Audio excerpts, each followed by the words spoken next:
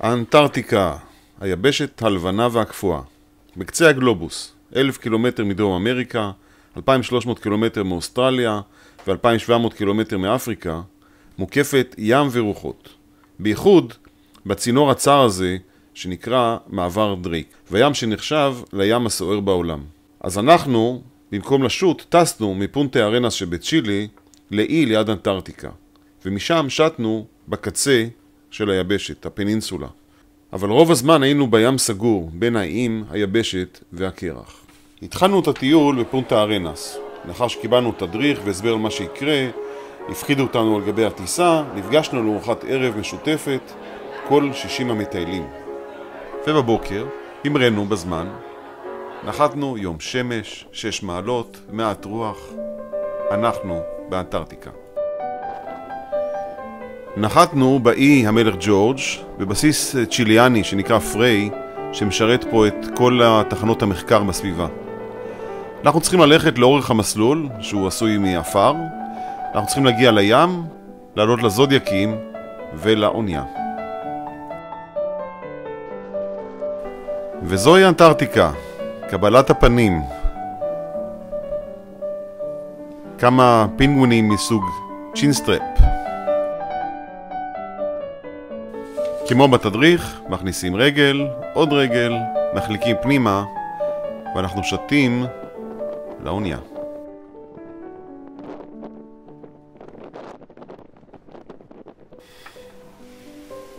באונייה החדרים נוחים, שירותים, מקלחת. זהו הלאונג' עם הבר, פה נותנים הרצאות, ויש גם נוף. חדר האוכל בקומה 3. והספרייה מאחורה, קומה 4. לאחר ארוחת צהריים, הרצאת מבוא על אנטארקטיקה, קוקטייל היכרות עם הצוות, ארוחת ערב וסרט, הלכנו לישון והתעוררנו ליד אי קטן בשם ספרט, ירידה ראשונה לשייט. באנטארקטיקה מזג האוויר הוא שמכתיב את הפעילות. היינו מתוכננים להגיע לאי טריניטי, אבל מזג האוויר הנפלא, 5 מעלות ללא רוח, הוביל את הצוות להעדיף את האי ספרט. מפרצים צרים, מפגש של סלעים, קרח וים.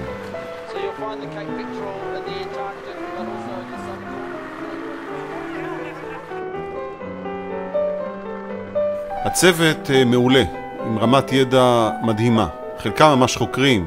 יש שם אחד חוקר אקלים, פרופסור לאקלים באוניברסיטת ריו, אחד חוקר ציפורים, היה 15 חודשים באנטארקטיקה, קיץ, חורף, קיץ, אחד חוקר יונקים, סילס, ווילס, רמת ידע מדהימה לכולם, עם גם אנשים נחמדים, היה ממש כיף איתם.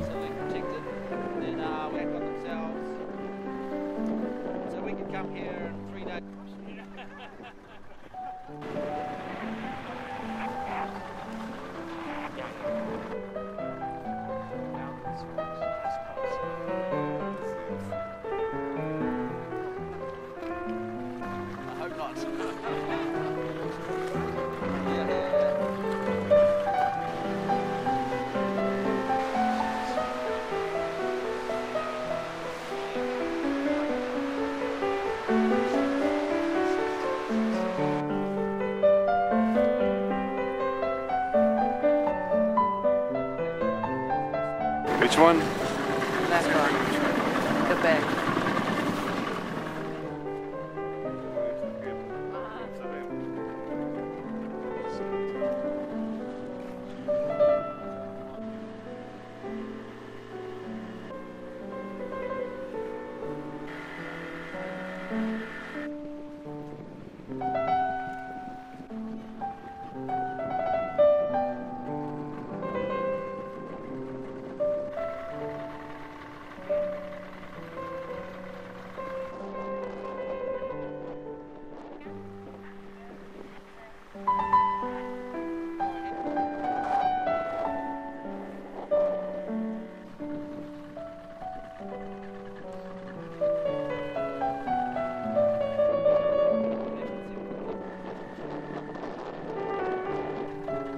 maybe I suspect a lot of you might have come around here today, but none of the other boats have come through yet.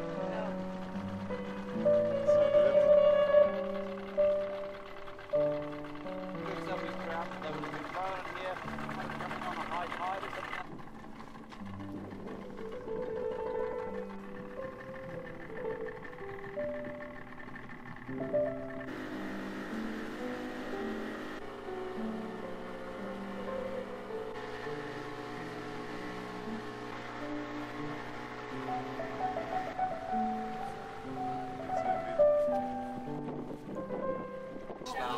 בכל יום היה לנו מפגש עם לוויתנים. במקרה הזה המבקים שהשתוללו קצת.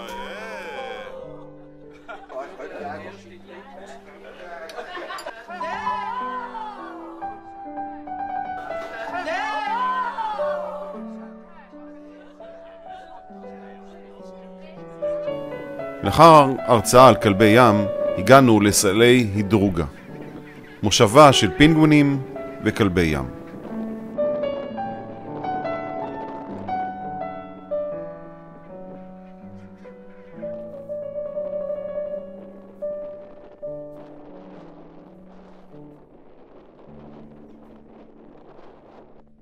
כאן כלבי ים או אריות ים מסוג ודל הם יונקים שהמליטו בתחילת הקיץ לפני כחודשיים. הצאצאים כבר עצמאים למעשה. הבוגרים אחרי שאוכלים בים עולים לקרח לנוח וגם לחדש את הפרווה.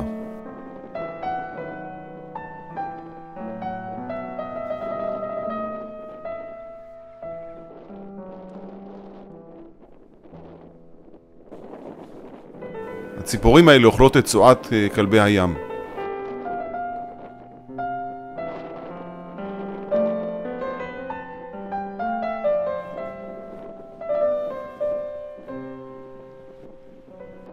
הפינגווינים עלו על היבשה כשהים הפשיר.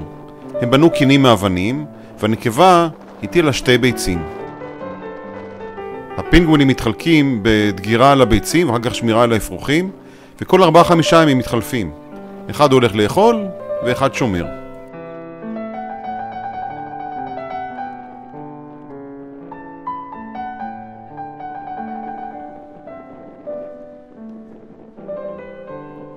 כאן יש קינים עם ביצים, וחלקם יש כבר אפרוחים בני יומיים עד שבוע.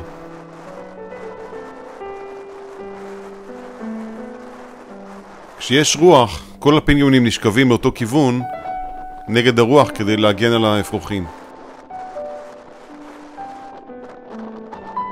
הקינים בנויים מאבנים, ובן הזוג שלא אוכל וגם לא שומר, אז הוא בונה את הקן ומגן על הקן מסביב.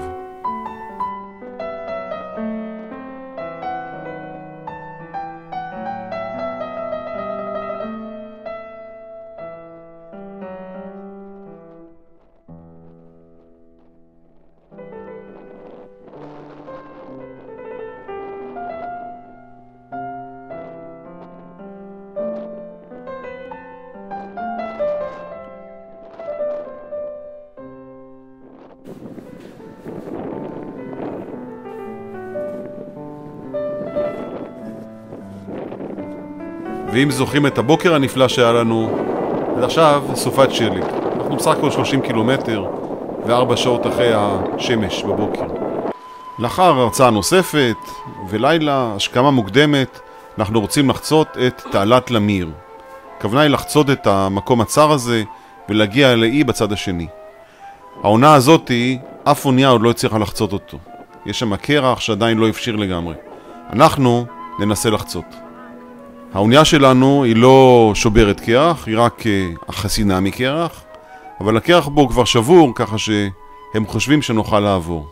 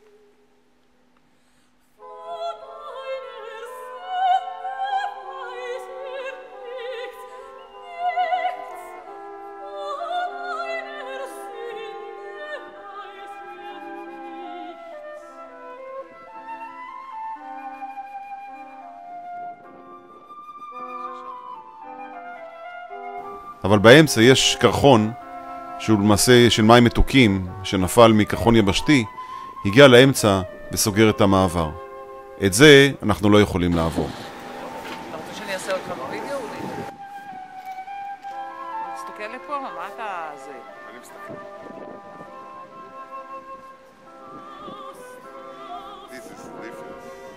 ולכל מי שחושב שזה ארוך מדי, משעמם, אז מי שהיה שם, חוויה שאי אפשר לשכוח.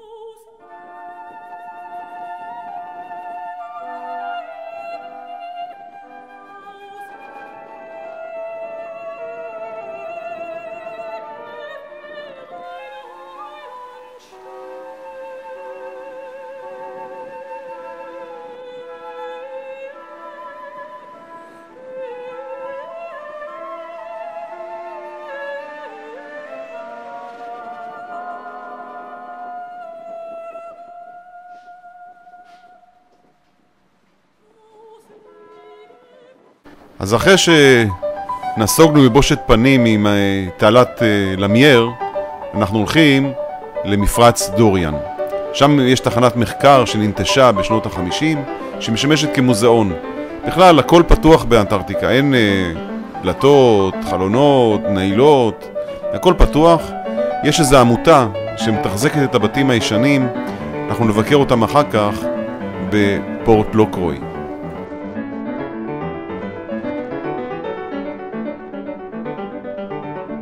הפינגווינים פה הם מסוג ג'נטו, מקור אדום, קצת יותר גדולים, יפהפיים.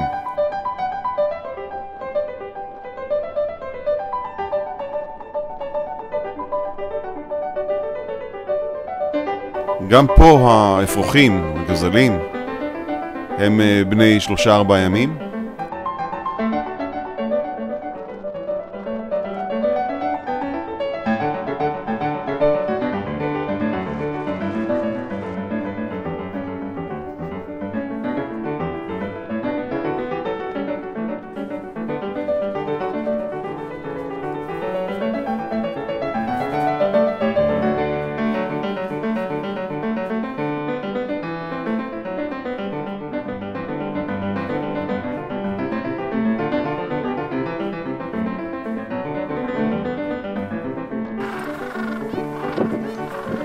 כשמשהו מפחיד אותם, הם משכבים ומתחילים לשחות על השלג.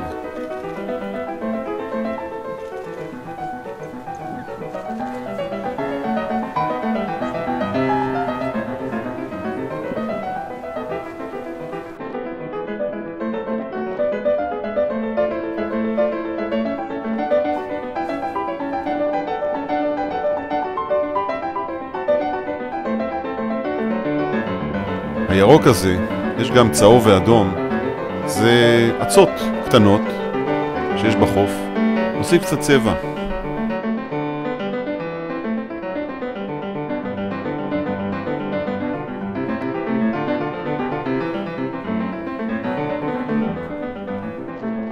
בני הזוג מצאו אחד את השני. השומר לא כל כך מוכן לוותר בקלות.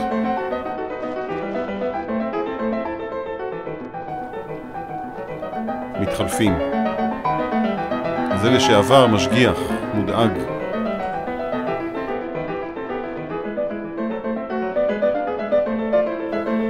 הכל בסדר?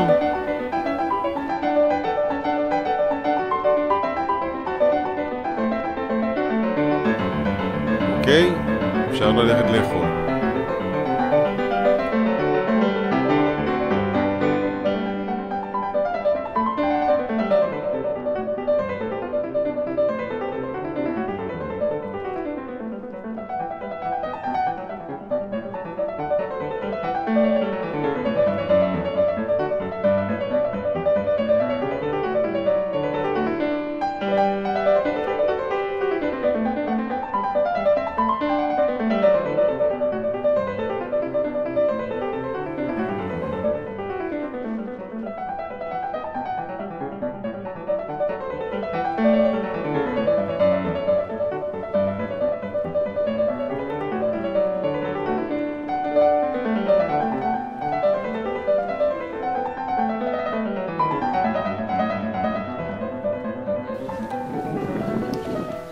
פורט לוקרוי היה פעם מכון מחקר בריטי שניטש בשנות ה-60.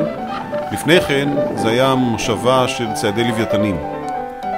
היום יש פה עמותה שמטפלת במבנים הישנים ומשמרת אותם. בדרך כלל 4 אנשים, היום כרגע יש 6, שומרים על המקום. במקום יש סניף דואר בריטי, אפשר להחתים דרכונים, לשלוח גלויה. אפשר לראות פה שהגוזלים אפרוחים הרבה יותר גדולים. אבל איפה שיש ביצים, הזכר ממשיך לבנות תקן כל הזמן. עוד אבנים ועוד אבנים ועוד אבנים. גונב אותם מקן אחר. 800 אבנים בממוצע.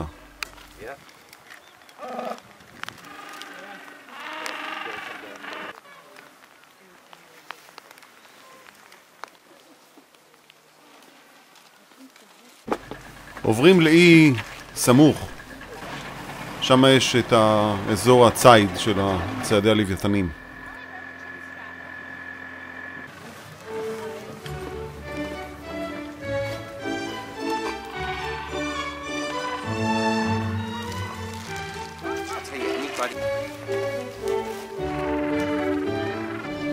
שלט שלם של לוויתן.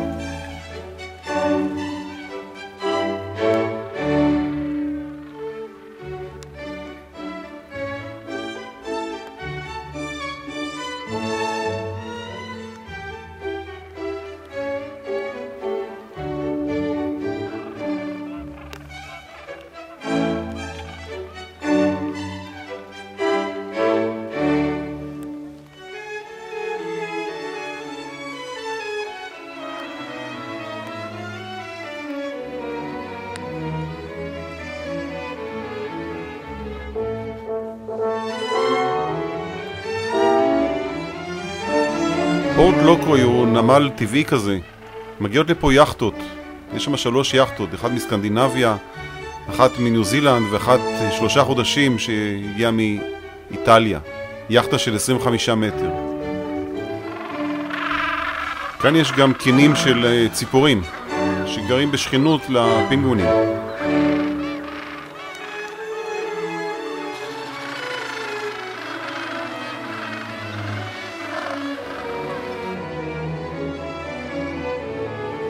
שמירת הטבע כל הזמן. אחרי כל פעם שיורדים לחוף צריך לחזור, לנקות את המגפיים וגם לחטא אותם. לא מעבירים שום דבר ממקום למקום. בפורט לוקרוי אירחנו את כל אנשי המקום, כולל אנשי יחטה אחת. היה לנו עוד הרצאה, היה לנו חידון, ארוחה חגיגית, ערב גלה. אנחנו ממשיכים.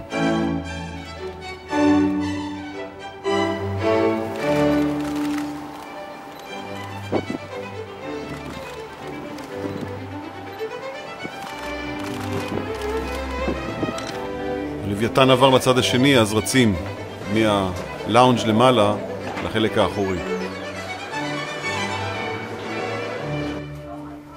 כאן להקת אורקות צדו משהו, והם מסתובבים מעל פני השטח לאכול, לצוד, והציפורים באות גם כן ליהנות מהמזון.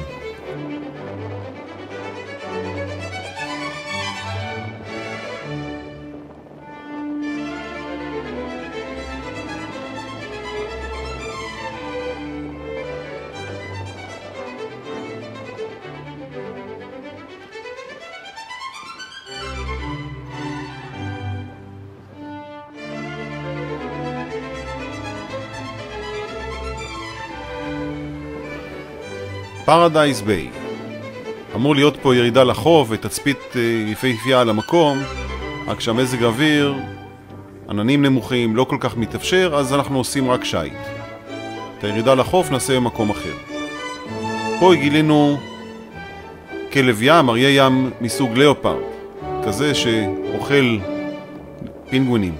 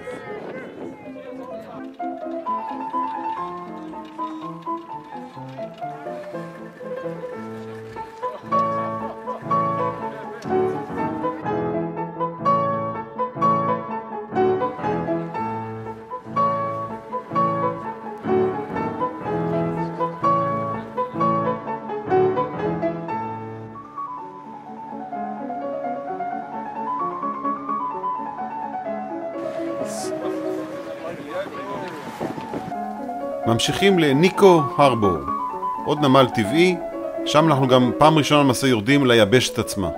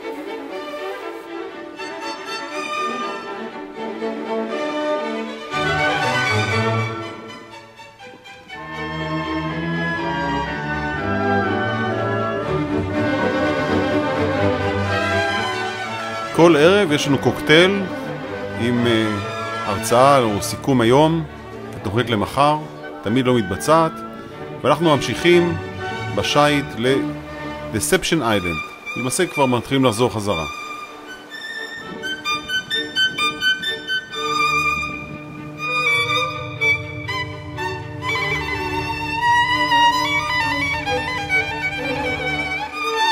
שעה 11 בלילה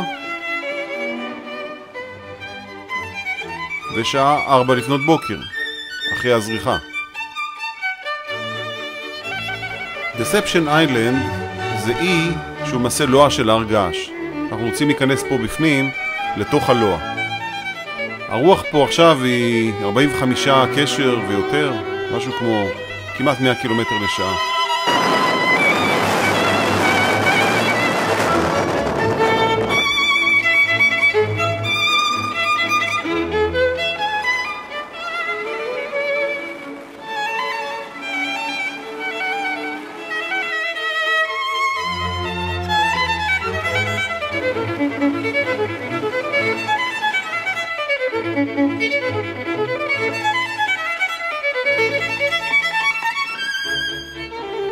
גם פה היו פעם צעדי לוויתנים, אחר כך היה מכון מחקר בריטי, ב-69 הייתה התפרצות של הר געש פה, ומה שאתם רואים זה הכל אפר וולקני, והמקום ננטש מאז, וזה מצבו.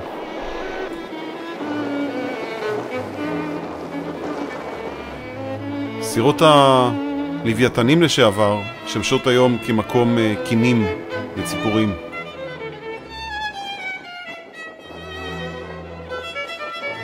הפעילות הוולקנית במקום גורמת לכך שהמים יהיו קצת יותר חמים.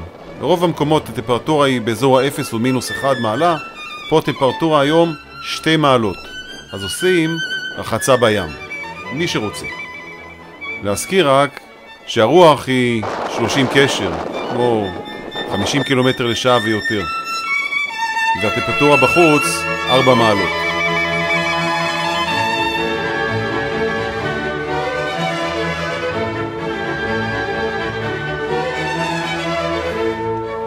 ממשיכים להאף מון איילנד, עוד אי.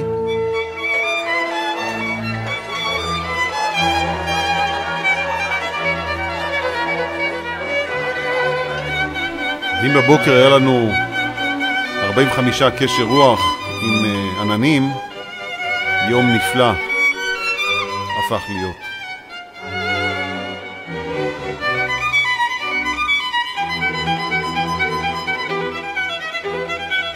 כמו בכל מקום, לפינגווינים יש זכות קדימה. פה שומרים אלינו שנעבור בקבוצות כדי לא להפריע לפינגווינים לחצות את ההייווי שלהם.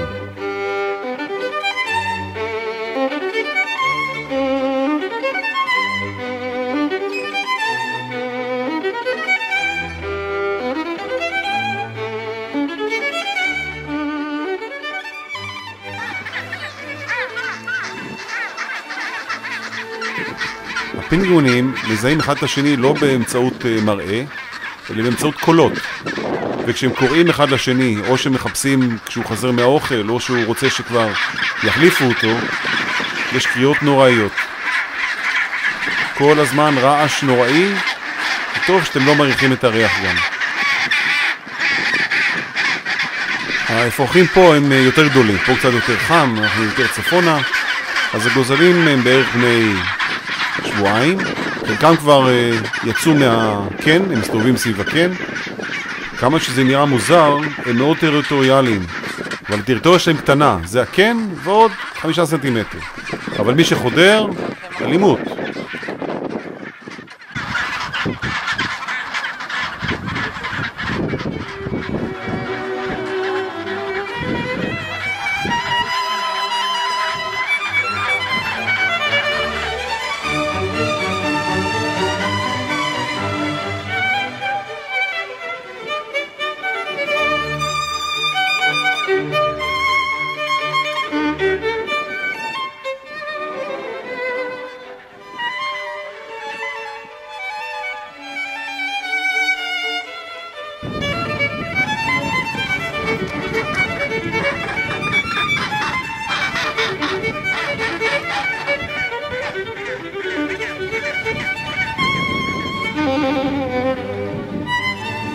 למעשה, פה היינו צריכים לסיים, חוזרים לפריי, לאיפה שהתחלנו, ומחרת היום עולים לטיסה.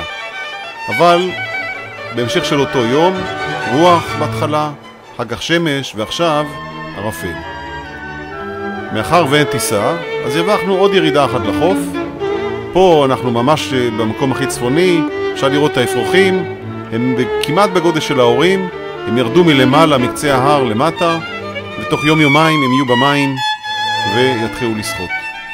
פה יש המון ציפורים.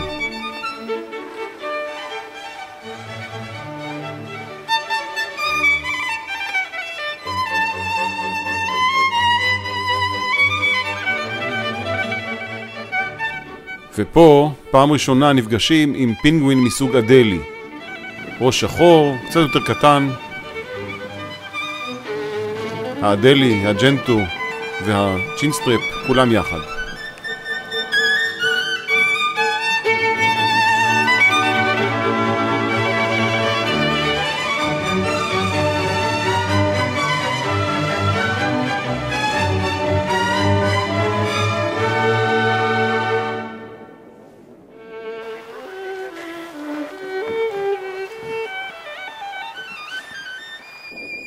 זהו, חזרנו חזרה, מטיילים בבסיס הרוסי, פה הבסיס הצ'יליאני, ומי שעיכב אותנו בטיסה ומנע לנו את ההגעה זה נשיא צ'ילי. הנה, פה הפמליה שלו מטייל במחנה הצ'יליאני.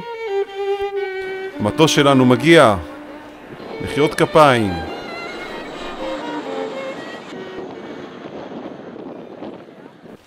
שוב הולכים ברגל למטוס ליד המסלול.